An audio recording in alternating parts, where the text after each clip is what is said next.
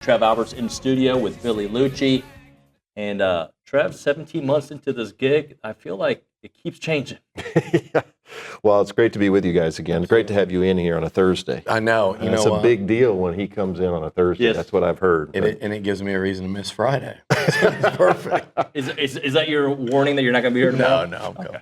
No, but it's been, we talked about this last time. I mean, every time you could spend 2 weeks and get back together and talk about all the changes. But, that's just the world we live in now, and you embrace it. And quite frankly, really proud of our team, not only our coaches, but our staff. Our entire university is, I think, attacked this change in the appropriate way. All of our donors, just everybody, you guys, I feel good where we are right now. Last we talked, and a lot of the listeners was at the TexAgs kickoff party. Call it 3 weeks ago. What's the latest development that's worth talking about on the NIL/revenue share front? Well, there continues to be changes, and so I mean, we talked about this a little bit. We've tried to talk about this nationally, the implementation committee, and it's been really fascinating to watch all of it lay out. I mean, first of all, you have to think about the quote board of directors of the CSC right now is 4 commissioners. And part of the challenge of what we have in college athletics is you don't have centralized decision making. So Greg Sankey is doing exactly what he ought to be doing, right? Like, he's working every day as hard as he can for the membership of the Southeastern Conference. Well, so is Brett Yormark in the Big 12, and so is Tony Petitti in the Big 10, and Jim Phillips in the ACC. And so that's part of what, as you think about all of this that's still out there that feels unsettled, the nuance to it, all the negotiations, the CFP, they all have to agree. And so we can make recommendations. We can talk about things like, gosh, do we go to a 9th game? What does a CFP structure look like? But more specifically, Billy, to your question about the College Sports Commission, where we're at right now is the implementation committee worked really hard on making recommendations about rules. Because at the end of the day, if you don't have rules and you don't have enforcement, you don't have much in college football or college sports in general. I mean, and they have to hold. So the thing that's been, a bit of a challenge is that part of the settlement is plaintiffs' attorneys, as well as some others, get to weigh in on and have to agree to the rules. So things that we've tried to do, for instance, with how we manage the cap and how it gets applied, we don't just get to create rules and then enforce it. It has to be agreed to. So there's a period of time. And I think that's why we tried to say, look, this is new. There's going to be some bumps to this. It's not going to be perfect. I mean, Brian Seeley's got 3 people in total at the CSC right now. He's staffing up. He's got some help from a law firm out in Washington that's helping. But I think we're making the right progress and the right steps. It's just going to take some time. And there's still, misunderstanding out there, and rightfully so. But I think we're making progress, Billy. You're so involved in this. I don't think just on the A&M level. I think on the conference level and nationally. It seems like we all sit here, and I think everyone in college sports goes, man, this is such a moving target. It's enough to drive a sane man crazy. I get the feeling, though, that this is I don't know if it's the competitor in you or what, but you seem to really have a true passion for trying to kind of figure this out, help A&M figure this out, help the conference. Am I wrong in saying that? It seems like you, dare I say, almost enjoy it. I do. Is that the wrong word? No, it's not. I mean, I've never been afraid of change. In fact, I kind of enjoy it. I don't know why, but I view these opportunities as a chance to make a difference. And obviously, I represent Texas A&M. We work as hard as we can every day to position Texas A&M. So what's good is you get on those types of things. I never lose your focus about how do you advocate for and advance Texas A&M, but being in those rooms gives you some access to information that I think can help us locally. But also, these are real challenges across. And I've said this before, and I'll continue to say it. I'm the product of the blessed privilege of getting to be a college football player in the early 90s and late 80s. I got to experience being a part of a team. I got all of the benefits. I wouldn't be sitting here with you today if I didn't have the privilege of getting a scholarship to play for Tom Osborne. And I know many of the people feel the same way about their experience with RC and other coaches here. So, I mean, we have a duty and a responsibility to fight for, as best we can, college football and college athletics in a way that continues to make a difference and impact the lives of young people. And we need to take that seriously. So I consider it a privilege. Yeah. Trev, you mentioned that coaches want these guardrails, right? Yeah. As long as everybody's governed by the same rules. Mm-hmm. How realistic is that in this day of college sports, looking into the next couple years? I think it is realistic. We're not there yet, just to be totally frank, just because we haven't had the ability yet to really proactively lay out, here are all the rules, you still have some disagreements over what is an associated entity, what can we do, what can't we do. You'll see certain schools make, announcements, and other schools go, wait a minute, you can't do that. And so, we'll get more communication from the CSC, as they continue to totally fill out their staff. It will happen. It will come. It will be successful. I'm absolutely confident in it. But I'll also acknowledge that we're in a period of still some unknowns. I mean, right now, and I don't want to release all the information, but it's fascinating. I mean, I was on the call. We get all the number of deals that have gone into NIL Go, how many have been approved, what the total amount of dollars have been, what has not been approved. I mean, like, the system's working. It's just the more broader, because that's the culture of college athletics. Tell me the rules, and then my job is to find a way to circumvent them to create a competitive advantage. We've got to find a way to change that mindset. And I think the structure that's been put in place is a good one, and I think it'll help do that. But we're still going to have some growing pains because of our history of coaches and others saying, well, I'll be a little bit hesitant to jump on board until I know that every school is absolutely, dealing with the same set of rules and enforcement. And I understand that. I think that's fair. That part's so interesting to me because it feels like there's either going to be kind of a disregard for the change because just too many different entities and ADs and schools and presidents and coaches.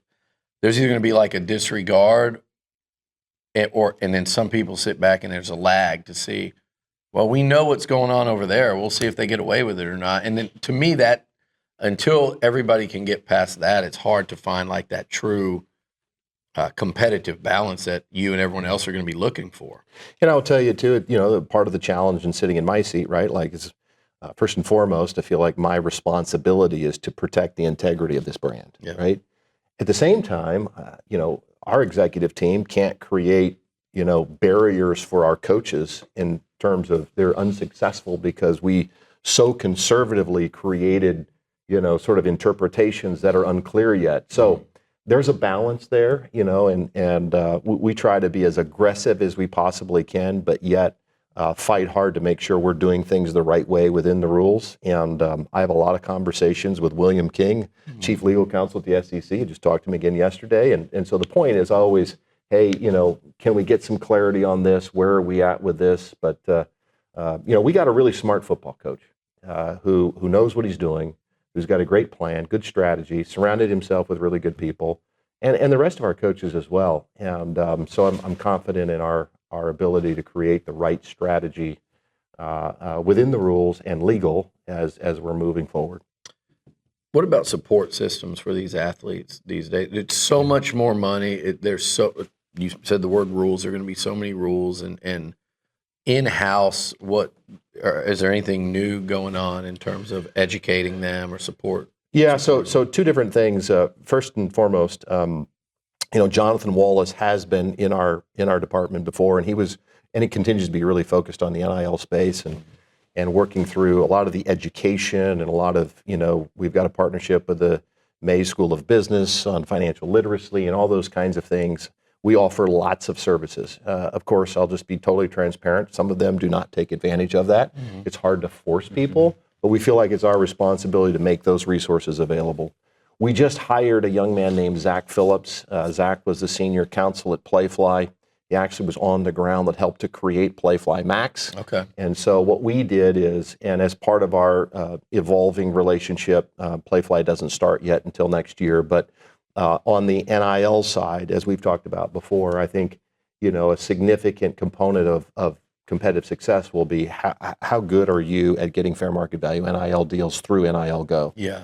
And so Playfly Max, ordinarily what you do is they will provide a GM for you. We chose, because we think it's so important, we chose to, quote, hire the GM in-house. And so Zach has some really industry expertise, his job, and we're staffing up. There'll be 4 full-time people that are at Texas A&M that aren't selling corporate sponsorships, that are out engaged with the corporate sponsorships folks, but working with the Association of Former Students, that network, the people that run companies, and we got to do a great job. Obviously, the focus first with football, but all of our sports is to grow fair market value NIL for our student athletes. It organically grows your cap, right?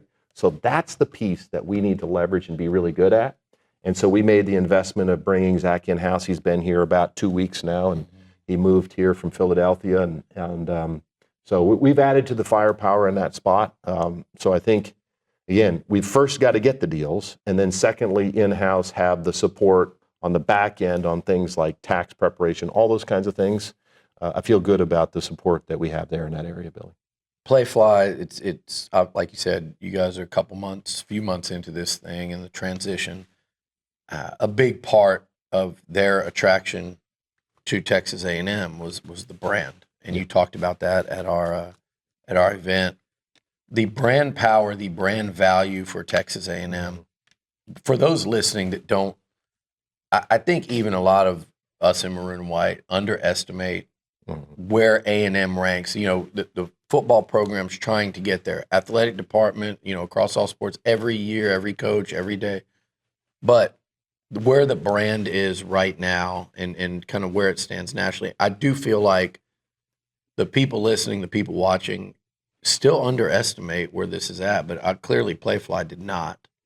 No, they didn't, and I just want to be very clear. We still are in the last year of our deal with Learfield, and I'm grateful to Learfield for the years of hard work. We still have local folks on the ground in sales, and so I want to recognize that. But yeah, I spent a couple days up in New York, I think a couple weeks ago, and really was re-energized after that trip. A couple floors right off of Broadway in Manhattan, and they've got 1,400 employees. They spend a lot of time and they work in the pro space, and this is hard for all of us. And you mentioned the people that watch the show and others. I first want to just say thank you to them. I want to say thank you to you. The reality is the brand growth is a result of a bunch of people that have invested in care, and so that's real. But you go up there and there's data scientists, and there's there's all of this kind of sort of very scientific stuff that helps to understand. I mean, if you think companies just invest willy-nilly in places, no, there's actual science behind that investment. And so what's interesting when you think about it, I mean, as we've all professionalized, I mean, we have to start thinking of ourselves as like a media company. I mean, Texas A&M Athletics is sort of like its own media company. And that sounds weird, but it's more about the brand value, and it's about everything that we do is going to be how strong our brand is. What your multimedia rights deal looks like, what your television distribution, all of those types of things is strength of brand. So we know where we are, we know where others are around us, and we have to create strategies and implement ways to try to accelerate the brand growth, and certainly not let it slide. And so winning is a big part of that. And we're confident in all that. But that's what makes me so excited about being at Texas A&M. And I say this as respectfully as possible. We've done great things here, but we've never done some of the. It'd be one thing if our brand value was there because we've just gotten done winning 8 national championships. Look at the upside potential and opportunity for Texas A&M. And that's what's exciting to be a part of. So when you were at preseason kickoff, it was a little bit after President Trump's executive order. And I know you all, I think, I remember Hunter speaking that he felt something was going to come out of it. What can come from it? Like, what can realistically happen?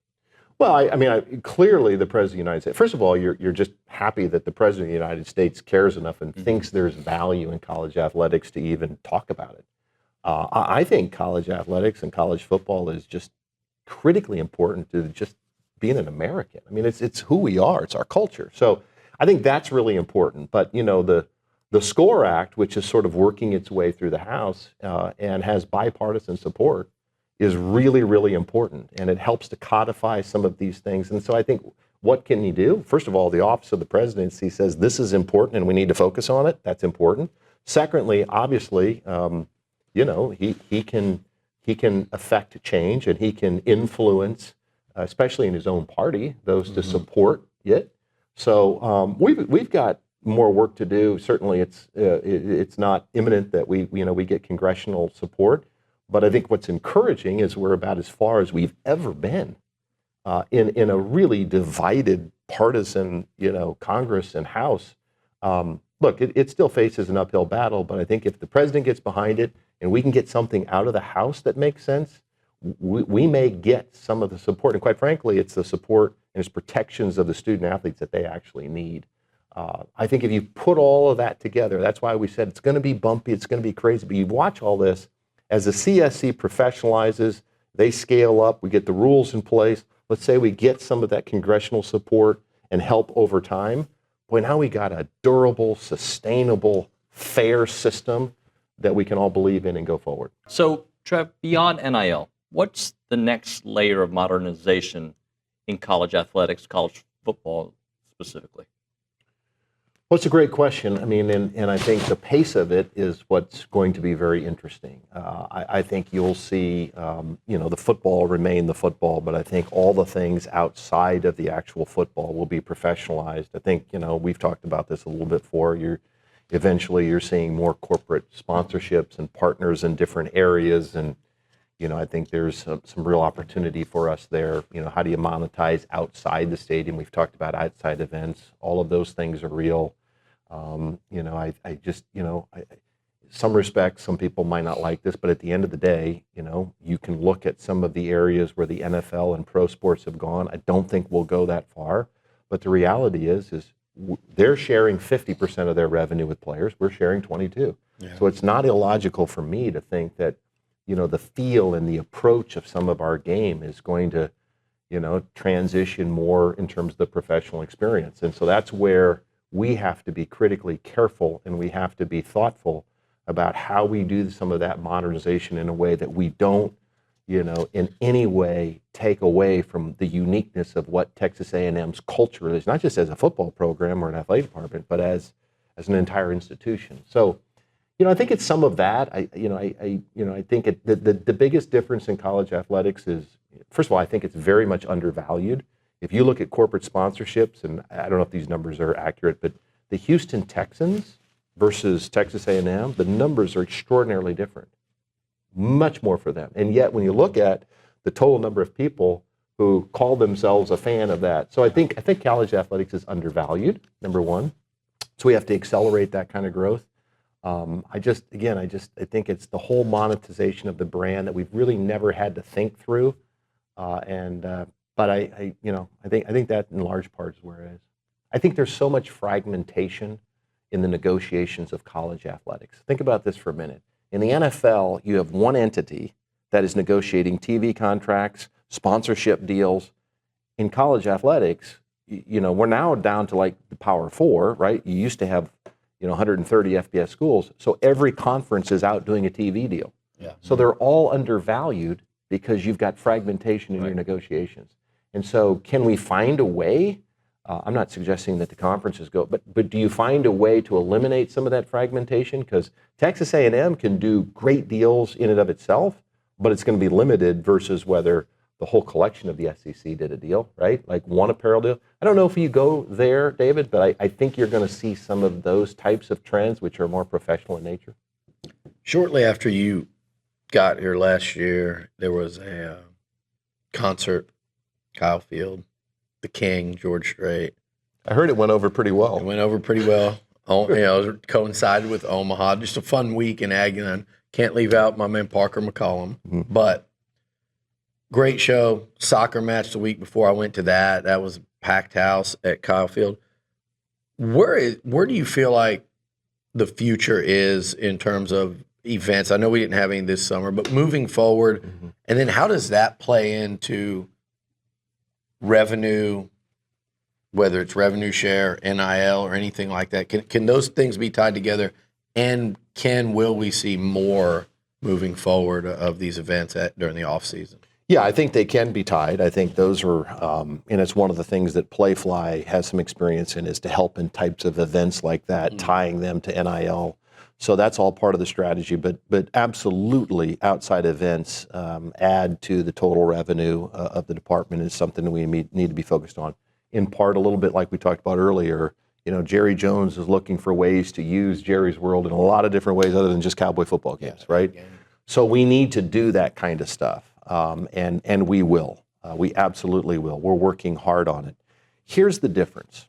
And again, I'm not trying to get too far into the weeds, but this is a reality. The university is a nonprofit, okay? So if you're a for-profit entity, you do things. If you're a not-for-profit and you have debt, there are certain things that limit you. Now, we can do it, but we do have to think through things like UBIT, right? Unrelated business income tax.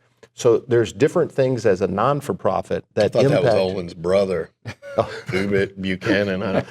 Sorry, but so there are some legal things that we have to work through. That is not an excuse or a reason for why we didn't have anything this summer. Okay, that I want to be very clear about that. But if we're going to do more of these types of events, and I think it's the right thing to do, open our facilities up to our community, then there might have to be some structural thinking, some legal structural thinking about how we get there. We are engaged with that, with general counsel, with our campus. I think everybody sees the opportunity. It's not just the revenue that you got on a net basis from George and from the soccer, but you got to remember, every person who owns a suite in Kyle Field, and there's a lot of them, right now we're asking them to pay significant dollars for essentially 6 or 7 events. We've got to find ways, because those things will come due, and we got to resell them. What are we doing to grow their experience? It's just like the LED lights, right. And I'm excited about, we've had a big meeting yesterday about that. So you asked about how does things change? Well, it's that kind of stuff. We are asking people to spend significant dollars, not just, for those who have the capacity to buy club seats and suites, but even the general, folks to buy seats, to pay seat licensing fees, to fight traffic. It's warm. If the experience at Kyle Field isn't something that you just cannot get, sitting in your basement watching it, on Hulu, then we're really making a mistake. And I think, in all honesty, I think we're a little behind in that area, and we're working hard to make sure that our fans, our suite holders, and others see value, because we have to protect the success of Kyle Field, not only in football, but that facility in general. I know you talked about it before, but just the fact that A&M sports are fully funded compared to other schools, how rare is that today? Because I think some schools are taking their time to get there, and how much of a competitive advantage has it been? Well, it's a great point. Yeah, we're blessed here, and again, I want to be very clear about everybody who chipped in. What was really nice, and you've been in some of these meetings, Billy, is like everybody who loves A&M kind of came together. It was the university, 12th Man Foundation, everybody, and trying to figure out how do we use this opportunity, A, to not fall behind, but B, how do we use it to accelerate our ability? And I think there are a few. I think it's probably less than 10, and it might be about 5, who said, look, we're going all in. Now, everybody's a little bit different because we have different Title IX numbers, and then get you really into granular detail, DSAs, designated student athletes, and how that impacts your rosters. But we are every possible roster spot that we're allowed to have a scholarship today, we're funding. And not, incrementally and building up to it over 4 years, day one. And so we've worked hard in the business office. I mean, and then, fully on rev share. So you're looking at, the $18 million hard cap, you're looking at the increase in scholarships, and then you're looking at the lost revenue, which is the going backwards case, which is about $2 million a year. And so, very few places that have the kind of support, people who watch this show, the 12th Man, who care deeply about Aggie Athletics and our university, who invest in us, has allowed us, and I know probably people have heard this forever, but I don't know, I can't tell you of anything that I'd say, well, this is probably an area that we're not funding and it's going to hurt us competitively. We don't have any excuses. Yeah. The 12th Man has given us everything we need.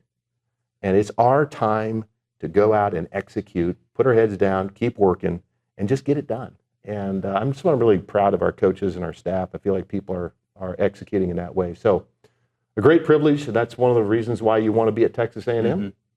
And we're just grateful for it. It's a blessing. Talk to me about, before we go, because it's football season. Is it? And It is, isn't it? You are football to the core. Your relationship with Mike Elko, and just kind of 30,000 foot, the difference you see today versus a year ago. I mean, it's practice, I get it, but I mean, just in terms of the A&M football program today versus a year ago at this time. Well, look, at this time of the year, the one thing you always administratively want to be careful about is I don't want to do anything like to put added pressure on the coach. You will never hear me say, we need to win this number of games. There's so much nuance to it. There's all that. But, I just think these jobs more than ever before require the athletic director and the head football coach to have a partnership and a trust. You are not going to be successful fighting each other. It just doesn't work. I've never seen it work. Yeah. And from day one, when Mike and I sat down, and I just talked to him philosophically, and quite frankly, there has to be humility in both pieces, right?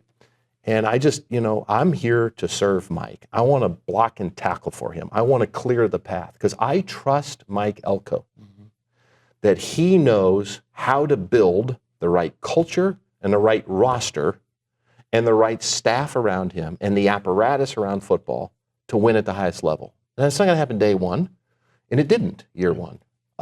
And so we just have an understanding. I admire him. I admire his work ethic. He is a very genuine and authentic human being. And we have the right football coach for Texas A&M. And I think he's going to be very, very successful. I think he probably isn't going to, he's got a good football team.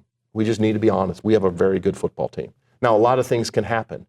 But what I saw differently is not that he wasn't preaching everything a year ago, but as, what Mike is great at is creating the culture that's necessary to have the mindset to do the work that's necessary to win. And people don't understand how long that takes. And at first, and so the second year, practice just is different because there's an expectation. People understand what's expected. The new guys that come in from the portal get absorbed by that culture. So we were at practice last night, and I said, how are you going to keep all these guys happy? Yeah. Because there's one football. But I think that's part of the culture that Mike has built. It's about the team. It's about Texas A&M. This is not any one person. And so, when you go up to an individual and thank them for all their hard work in creating the roster, and their first, comment out of their mouth is, "Hey, it's a total team effort." That's Texas A&M. Yeah. And so I'm grateful to Mike, and I think Mike is grateful for the opportunity at Texas A&M. And it's fun to work with a coach that you have mutual respect for. He trusts me on the business side. I trust him on the football side. And if he has a problem, he calls. I do the best I can to help him, and vice versa. Trev, thank you so much for coming in. I appreciate it. Thank you, guys. Absolutely. Thank you very much. Anytime. It's great. Always. Gig 'em. Gig 'em.